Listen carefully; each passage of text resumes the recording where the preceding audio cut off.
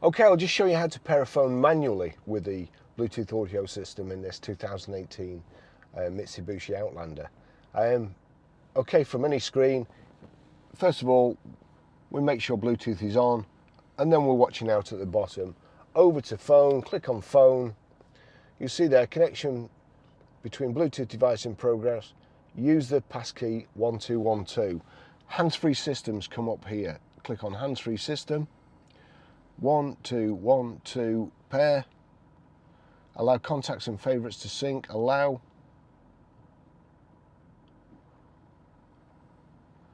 I'm looking for hands-free. Hands-free there's connected. Oh, hang on, it's gone back to knock. There you go. And it's showing on the system. Importing an entire phone book from this phone, I don't want to, but you would. That's it done.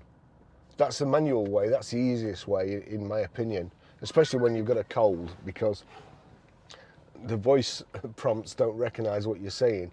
So that's how you do that.